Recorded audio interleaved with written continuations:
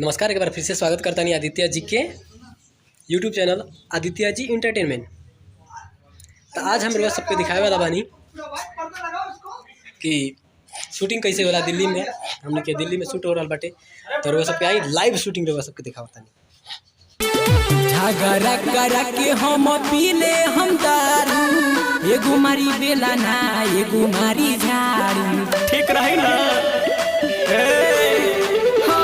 झगड़ा करा को हम पीले हम दारू, एगो मारी बेला ना तो एगो मारी झाड़ू। मठनी के मठनियन मोह बहो, डबल बियाह के रहबहो। हरे राम कहबहो, डबल बियाह के रहबहो। हरे राम कहबहो, डबल।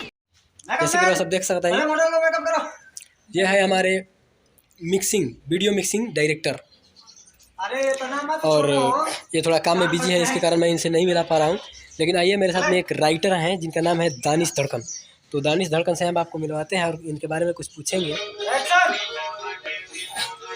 और दानिश जी, मेरे चैनल पे कुछ बोल दीजिए। नमस्कार, प्रणाम। मैं आदित्य जी से बहुत खुश हूँ। मैं आदित्य जी के बारे में बहुत अच्छा जानता हूँ और ये बहुत अच्छे कलाकार है, बहुत अच्छे राइटर भी और सिंगिंग बहुत अच्छा गाते हैं। Thank you sir. और आप भी बहुत अच्छे हैं, बहुत प्यारे हैं।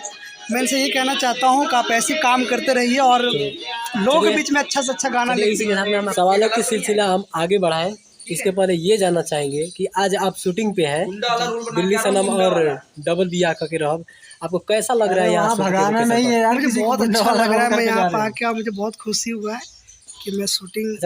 आप ये बताइए किसका गाना आप कर रहे हैं? देखिए, अभी मैं तो फिलहाल आदित्य जी का गाना कर रहा हूँ मैं, और उन्हीं के गाने के लिए मैं स्पेशल आया हूँ। अपना सारा काम छोड़ के, ऑफिस का काम छोड़ के, आदित्य जी ने बोला कि सर एक गाना करना है। बोले चलिए, आपके लिए तो जान हाजिर भी है।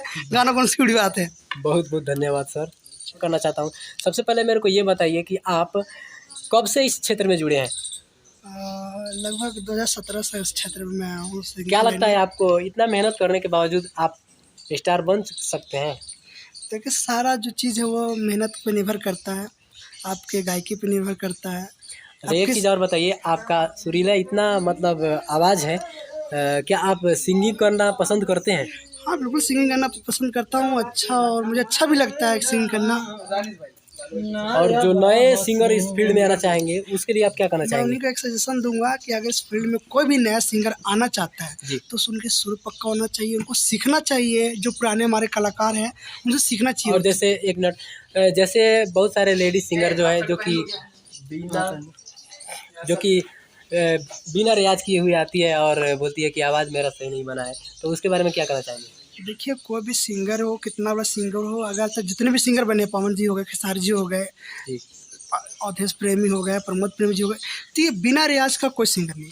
अगर किसी फील्ड में आना तो आपको रियाज करना ही ज़रूरी पड़ेगा, तब आप अच्छे गायकी कर सकते हैं। नहीं तो बिना रियाज को कोई गायकी नहीं। वहाँ कैसे काटेंगे? बहुत बहुत धन्यवाद सर। चलिए, थैंक यू, नमस्कार। ओके।